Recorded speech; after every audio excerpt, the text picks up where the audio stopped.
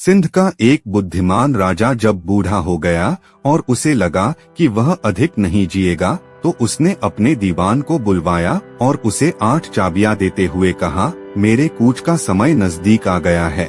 राजकुमार जब तक बड़ा नहीं हो जाता आप सिंहासन की रक्षा करें। जब वह खुद राजकाज चलाने लायक हो जाए तो आप उसे 7 चाबियां दे दें, पर 8वीं उसे 5 बरस शासन करने के बाद ही दें। दीवान ने उसे वचन दिया कि वह ऐसा ही करेगा और राजा शांति से मर गया। राजकाज की बागडोर दीवान ने अपने हाथ में ले ली। राजकुमार की शिक्षा दीक्षा की उसने समुचित व्यवस्था की, जैसे वह उसका अपना बेटा हो। राजकुमार के बड़े होने तक उसने बड़ी निष्ठा से राजकाज किया। फिर एक शुभ दिन उसे समृद्ध और सुशासित राज्य संभला दिया। 7 चाबियां भी उसने राजकुमार के हवाले कर दी। राजतिलक के बाद राजकुमार ने बड़ी उत्सुकता से उन चाबियों से 7 तहखाने खोले। तहखानों में सोने चांदी और हीरे मोतियों के अंबार लगे थे। वह बहुत खुश हुआ।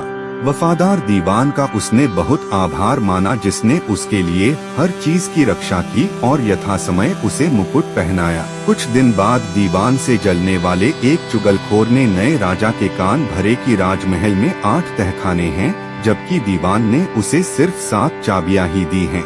युवा राजा के आग लग गई। उसे लगा कि दीवान विश्वासघाती है। 8वें तहखाने का धन वह खुद हजम करना चाहता है। उसने दीवान से कहा कि वह फौरन 8वीं चाबी उसके हवाले करे, नहीं तो वह अभी उसका सर कलम करवा देगा। उसने राजा के पाँव पकड़ लिए और कहा कि उसने उसके पिता को वचन दिया था कि राजतिलक के 5 बरस बाद ही वह उसे 8वीं चाबी देगा। पर युवा राजा को इतना धीरज कहा। उसने कहा कि उसे चाबी अभी चाहिए। इसी वक्त चाबी हाथ में आते ही वह 8वें तहखाने की ओर भागा। ताले में चाबी घुमाई और झटके से दरवाजा खोला। तहखाना एकदम खाली था। उसे सहसा विश्वास नहीं हुआ। यहाँ तक कि दीवारें भी सपाट थीं। उनमें एक ताक तक नहीं था। खाली तहखाने में उसने चारों तरफ देखा।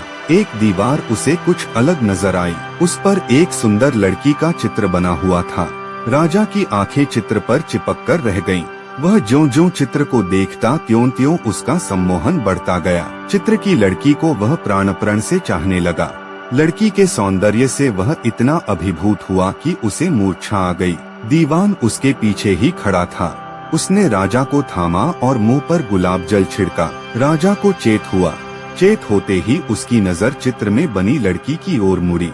उसने दीवान को आदेश दिया कि जैसे भी हो वह इस लड़की को जल्दी से जल्दी उससे मिलवाए, नहीं तो वह राजपाट और अन्नजल सब छोड़ देगा।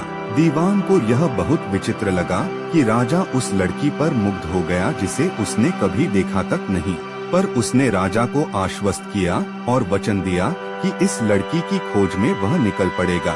उसी हफ्ते मंत्री ने जहाज में विक्रयोग्य तरह तरह का सामान भरा और भरोसे के कुछ नौकरों के साथ तुरंत निकल पड़ा। वे हर बंदरगाह पर रुकते और हर राज्य के दरबारियों और मोतबरों को 8वें तहखाने में मिला चित्र दिखाते, पर उन्हें ऐसा कोई नहीं मिला जिसने चित्र की अपूर्व सुंदरी को देखा या उसके बारे में सुना हो। इस तरह पूरे 1 बरस भटकने के उपरांत वे दूरदराज के एक राज्य में पहुँचे। वहाँ बंदरगाह के तट पर उन्होंने उस चित्र को लोगों को दिखाने के लिए रखा। चित्र को देखते ही पास खड़े लोग चिल्लाए, यह तो हमारी राजकुमारी है। दीवान को तुरंत वहाँ के राजा के पास ले जाया गया। राजमहल में राजकुमारी की एक झलक देखते ही दीवान को पक्का भरोसा हो गया कि यह वही अपूर्व सुंदरी है। दीवान ने राजा को अनूठे उपहार भेंट किए और बताया कि वह सौदागर है और अपना माल बेचने के लिए उसके राज्य में रुकना चाहता है। राजा ने उसे व्यापार की अनुमति दे दी। कुछ ही दिनों में उसने राजकुमारी के स्वभाव और उसके वंश के बारे में काफी जानकारी इकट्ठी कर ली। जब वह पूरी तरह से संतुष्ट हो गया तो वापस अपने राज्य की ओर चल पड़ा। कुछ महीनों की यात्रा के बाद दीवान ने अपनी राजधानी के बंदरगाह पर लंगर डाला। उसने राजा को बताया कि चित्र की अपूर्व सुंदरी का पता चल गया। वह चित्र से भी कई गुना अधिक सुंदर है। उसे एक नजर देखने के लिए राजा अधीर हो उठा। जहाज को फिर भांति भांति की विक्रयोग्य वस्तुओं से भरा गया और राजा को लेकर जहाज फिर चल पड़ा। महीनों की कठिन समुद्री यात्रा के बाद जहाज ने अपूर्व राजकुमारी के राज्य की भूमि को छुआ। दीवान राजकुमारी के पिता से मिला और पिछले बरस की तरह फिर व्यापार की अनुमति मांगी। दीवान को पता था कि राजकुमारी को खिलौनों से बहुत लगाव है और इस राज्य के लोग बहुत अच्छे खिलौने बनाते हैं, इसलिए वह राजकुमारी के लिए एक से एक अनोखे खिलौने लेकर आया था। ये खिलौने चलते थे, बोलते थे, शेर और बाघ दहाड़ते थे, पक्षी हवा में तिरछे उड़ते थे। राजकुमारी मुग्ध हो गई। मंत्री ने कहा, हमारे जहाज में ऐसे ऐसे खिलौने हैं कि ये उनके पासन भी नहीं हैं। हमारे मालिक जहाज पर ही हैं। उन्होंने मुझे हमारे देश के मामूली खिलौने ही जहाज से बाहर लाने दिए। हमारे जहाज पर चलिए, आपको एक से एक अद्भुत खिलौने दिखाऊंगा। राजकुमारी का कुतूहल चरम पर पहुंच गया। 6 दासियों के साथ वह तुरंत मंत्री के साथ चल पड़ी। जहाज पर युवा राजा ने उसकी अगवानी की और उसे शिष्टतापूर्वक आश्चर्यजनक खिलौने दिखाने लगा। हर नए खिलौने को देखकर राजकुमारी खुशी से उछल पड़ती। इस बीच मल्लाहों ने लंगर की रस्सियां काट दी और पाल खोल दिए। जहाज ने बंदरगाह छोड़ दिया। यह सब उन्होंने ऐसी होशियारी से किया कि राजकुमारी और दासियों को भनक तक नहीं लगी। वे तट से काफी दूर आ गईं। राजकुमारी और दासियों को जब यह पता चला कि उनका हरण किया गया है तो वे भय से सुन्न हो गईं। फिर सहसा वे चीखने चिल्लाने और जहाज की चीज बस्त तोड़ने लगी। युवा राजा ने यह कहकर राजकुमारी को शांत किया कि कैसे उसका चित्र देखकर वह उस पर आसक्त हुआ और कैसे उसे ढूंढने के लिए उसने 7 समंदर की यात्रा की। युवा राजा के प्रणय निवेदन और उसकी सौजन्यता से राजकुमारी पसीज गई। उसका प्रतिरोध ठंडा पड़ गया। राजकुमारी को लगा कि वह भी उसे चाहने लगी है। युवा राजा के राज्य में पहुंचने पर उसकी रानी बनने के लिए वह राजी हो गई।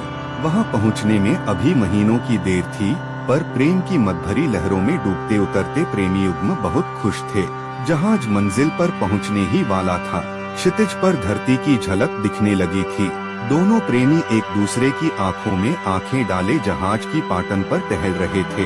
बूढ़ा मंत्री गलही पर बैठा अधमुंदी आंखों से जहाज की गति से कटती लहरों को देख रहा था। उसने सर उठाकर पास आती जमीन की ओर ताका। तभी तोता मैना का एक जोड़ा उड़ता हुआ आया और उसके पास जंगले पर बैठ गया। बूढ़ा मंत्री पखेरुओं की भाषा जानता था। वह उनके बोलने का इंतजार करने लगा। जंगले की रस्सी पर बैठने के थोड़ी देर बाद मैना बोली, मुझे यहाँ जहाज पर अच्छा नहीं लग रहा, कोई कहानी सुनाओ न। तोता कुछ पल सोचता रहा, फिर कहने लगा, एक कहानी यही ऐन हमारी आँखों के सामने घटित हो रही है। युवा राजा और उसकी मंगेतर को देखो, कितने खुश हैं। राजा सिर्फ 3 दिन और जिएगा। 3 दिन बाद ये तट पर लंगर डालेंगे। राजा की अगवानी के लिए उसकी फौज, हाथी और घोड़े आएंगे। राजा की सवारी के लिए शाही घोड़ा भी तैयार होगा, पर यह घोड़े का रूप धरे एक राक्षस होगा। जैसे ही राजा घोड़े पर बैठेगा, वह उसे लेकर आकाश में उड़ जाएगा और उसे समुद्र में गिरा देगा। मैना की आंखें डबडबा गईं, तो विवाह से पहले ही राजकुमारी का सुहाग उजड़ जाएगा। कैसी सुंदर जोड़ी है। बेचारी पर दुखों का पहाड़ टूट पड़ेगा। क्या राजा किसी तरह बच नहीं सकता? तोते ने कहा, बच सकता है प्रिय, अगर कोई राजा के घोड़े को छूने से पहले ही घोड़े का सर काट दे। पर यह बात किसी से कहना मत। जो भी यह बात किसी से कहेगा, उसका 1/3 शरीर पत्थर का हो जाएगा। फिर तोता मैना उड़ गए। यह सुनकर बूढ़ा मंत्री स्वामी के जीवन के लिए चिंतित हो गया। प्रसन्नचित राजा राजकुमारी के साथ चहलकदमी कर रहा था। राजकुमारी का चेहरा भी खुशी से दमक रहा था। उन्हें कति भान नहीं था कि कैसा भविष्य